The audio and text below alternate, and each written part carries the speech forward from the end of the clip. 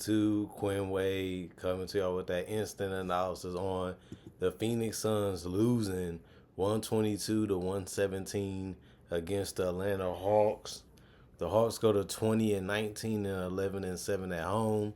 The Phoenix Suns go to 19 and 20 and 6 and 12 away from home. The series for the season is tied 1-1. They don't play each other again after this game. And it was a fun little season that they had against each other. Very competitive, very close games. But it's over for now. The Atlanta Hawks go to the first quarter. They ended up going 33 to 31. They ended up winning the second quarter 31 to 25. The Phoenix Suns 31 to 25 in the third quarter, but they lost the fourth quarter 33 to 30. Basically, you can say the Hawks was able to stay with them and outplay them the entire game to a certain extent, and they got the win, and that's what matters most. And this is why we play the games for the most part. Besides to show our talent, Kevin Durant won the battle tonight when it comes to individual matchups. He had 31 points, plus 5 and plus minus 3 turnovers, 2 blocks, 2 steals, 6 assists, 8 rebounds. One of them was offensive. 5 of 7 from the free throw line, 0 of 2 from 3, 13 of 20 from the field. He was efficient. He got to his spots. He knocked down his shots. He facilitated real good. He played a little bit of defense tonight, too. He didn't really want to lose this game because he knew the implications that come with being below 500 and not even being a top 10 team in the conference.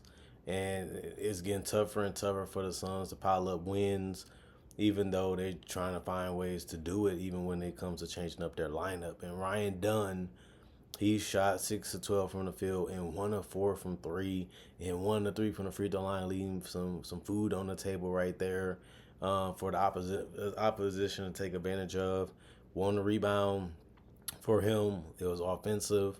1 steal, 1 block, 4 personal fouls, plus 5 and plus minus 14 points.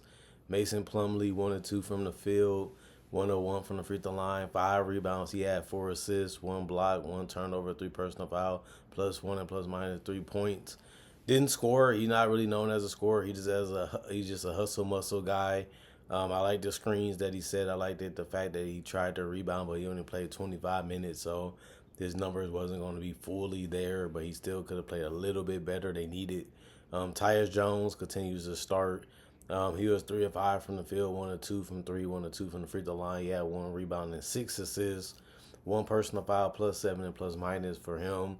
He's just a guy that starts the game, keeping the ball moving, keep the ball pushing, just looking for guys to be able to knock down shots and then knock down his own shots and try to space the floor. Devin Booker did a great job tonight scoring the basketball. He was 12 of 23 from the field and 7 of 14 from 3. Took a lot of threes tonight, but he was knocking them down at a good rate. He was 4 of 4 from the free throw line, too. Didn't get there enough, but he got there and knocked down all of them. 5 rebounds for him. 3 of them was offensive. 3 steals, 5 turnovers, 4 personal fouls, plus 6 and plus minus 35 points. That was more than even what KD had, showing you that he's just as good of an offensive weapon as him. Royce O'Neal played 16 minutes. He was 1 of 5 from the field, 0 of 4 from 3. They needed some of those to go in. He just couldn't make them tonight like he did the other night. And it's hard sometimes in the NBA that way. 4 rebounds, 1 of those offensive, 1 assist, 1 steal, 1 turnover, 1 personal foul, minus 22, and plus minus 2 points. Iguodala, 1 of 4 from the field. He was 0 of 1 from 3. He had 2 of 4 from the free throw line, going for him. 5 rebounds, 1 assist, 1 steal, 1 turnover, minus 8 plus minus 4 points. And then Bradley Beal was the only guy to get in double figures in any statistical category off the bench. But he only had 11 points tonight in 28 minutes. He was a minus 8 and plus minus. He had 1 personal foul, 1 turnover, 1 steal, 3 assists, 4 rebounds, 4 of 6 from the free throw line, 1 of 4 from 3, 3 of 9 from the field. He scored, but it wasn't efficiently, even from the free throw line. But he still was looking for a shot and still looking to make plays, and that's all you can ask him for him to do, because that's his biggest strength. And then Grayson Allen, he continues to knock down threes. He was 3 or 4 from the field. It was all threes. No free throws was needed. but he also had 4 rebounds, 2 assists, 1 steal, 1 turnover, 3 personal fouls, -11 plus -9 points. A good game for him, just about what you expect from him. Did his job and did what he was supposed to do. The rest of the guys did not play coach's decision. 43 of 84, 51% from the field. 13 to 35, 31% from three. 18 to 27, 66% from the free throw line. 37 rebounds, 28 assists, 10 steals, 4 blocks, 13 turnovers, 17 personal fouls, and 117 points, which wasn't enough because the Atlanta Hawks, even though their starters didn't play the greatest, their bench really outplayed the Phoenix Suns bench in effort and just in general.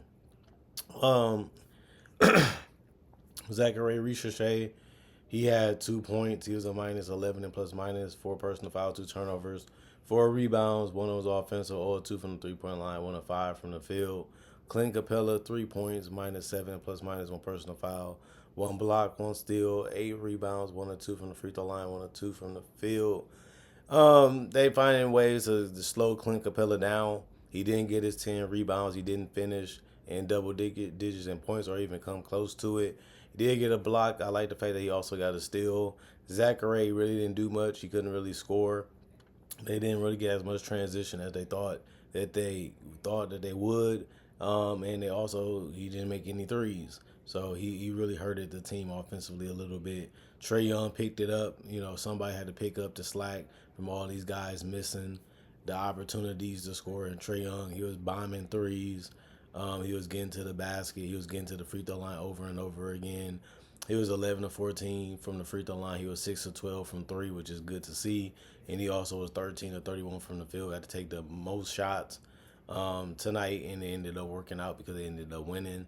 Plus 10 and plus minus, 2 personal fouls, 6 turnovers, 3 steals, 5 assists, 3 rebounds, 2 was offensive. Creasy was 6 of 9 from the field. He was 3 of 6 from three. He was cold the other night from threes.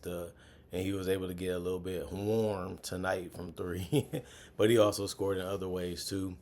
5 rebounds, 1 was offensive, 6 assists, 2 steals, 2 personal fouls, -1 and plus minus, 15 points.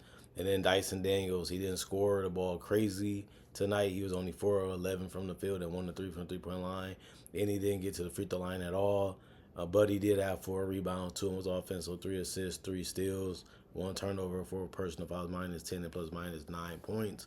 And Onyeka Okongwu just really was hungry to show that he can still be a good player for them. And he did that tonight. He was 9 of 14 from the field, got a lot of dunks, got a lot of finishes at the rim.